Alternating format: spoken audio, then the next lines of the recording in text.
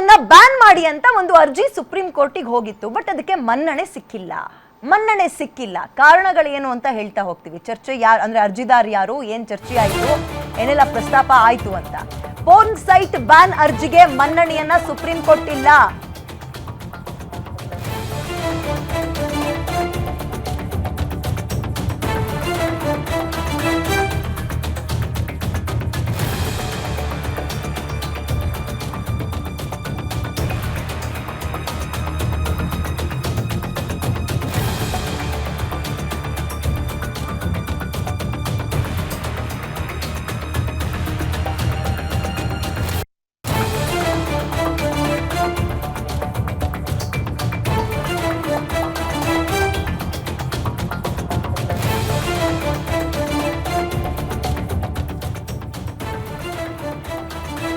Okay, ಈ porn ಸೈಟ್ಗಳನ್ನ ban ಮಾಡಕ್ ಆಗಲ್ವಾ?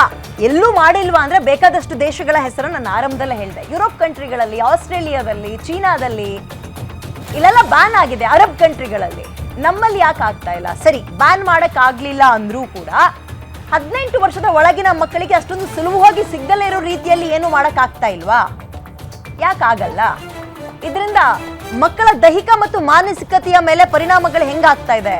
18 ವರ್ಷ ತುಂಬೋದ್ರೊಳಗೆ ಇಂತಹ 18 ವರ್ಷ 19 ವರ್ಷ ಏನೋ ನೀವು ಗಮನಿಸ್ತಾ ಇರ್ತೀರಿ ಅನ್ಕೊಳ್ತೀನಿ. ಸೋಷಿಯಲ್ ಮೀಡಿಯಾದಲ್ಲಿ ಇತ್ತೀಚೆಗೆ ಈ ಟ್ರೈನ್ಗಳಲ್ಲಿ, ಬಸ್ ಸ್ಟ್ಯಾಂಡ್ಗಳಲ್ಲಿ ಎಷ್ಟು ವಿಕೃತಿ ಮೆರಿತಾ ಇರ್ತಾರೆ ಅಂದ್ರೆ, ಈಗ ತಾನೇ ಕಾಲೇಜ್ ಮುಗಿಸಿ ಹೊರಗೆ ಬಂದಿರುವಂತವ್ರು ತುಂಬಾ ಅಸಹ್ಯವಾಗಿ ವರ್ತನೆ ಮಾಡ್ತಾ ಇರ್ತಾರೆ. ಅದಕ್ಕೆ ಇದು ಕೂಡ ಒಂದು ಕಾರಣ.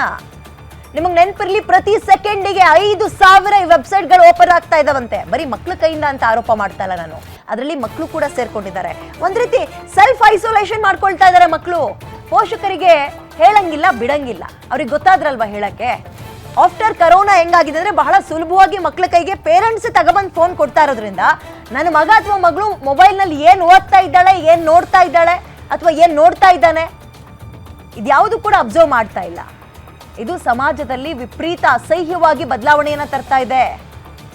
ಇದನ್ನ ಪ್ರಶ್ನೆ ಮಾಡಿ ಒಬ್ರು ಸುಪ್ರೀಮಿಗೆ ಅರ್ಜಿ ಹಾಕ್ತಾರೆ. ಆಗ ಸುಪ್ರೀಂ ಕೋರ್ಟ್ ಜಡ್ಜ್ಗಳು ಒಂದು ಮರು ಪ್ರಶ್ನೆ ಹಾಕ್ತಾರೆ. ಏನಂತ? ಇದನ್ನ ಅಷ್ಟೊಂದು ಸುಲಭವಾಗಿ ಬ್ಯಾನ್ ಮಾಡಕ್ಕಾಗಲ್ಲ. ಸೋಷಿಯಲ್ ಮೀಡಿಯಾದಲ್ಲಿರುವ ಕೆಲವು ಆಪ್ಗಳನ್ನ ಬ್ಯಾನ್ ಮಾಡೋದು ಅಂದ್ರೆ, ನೇಪಾಳದಲ್ಲಿ ಜನ್ಜಿ ದಂಗೆ ಅಂತ ಇದ್ರು, ಅಂದ್ರೆ ಯುವಕರೆಲ್ಲರೂ ಕೂಡ ಒಂದು ದಂಗೆ ಇದ್ರು, ಅಧಿಕಾರವೇ ಬುಡಮೇಲಾಯಿತು, ಅಂಥದ್ದೇನಾದ್ರೂ ಇಲ್ಲ ಆಗ್ಬಿಟ್ರೆ ಅಂತ ಪ್ರಶ್ನೆ ಹಾಕಿದ್ರಂತೆ. ಒಂದು ವೇಳೆ ಇಂತಹ ವೆಬ್ಸೈಟ್ಗಳನ್ನ ಬ್ಯಾನ್ ಮಾಡಿದ್ರೆ ಇಂಥ ದಂಗೆ ಹೇಳ್ತಾರ?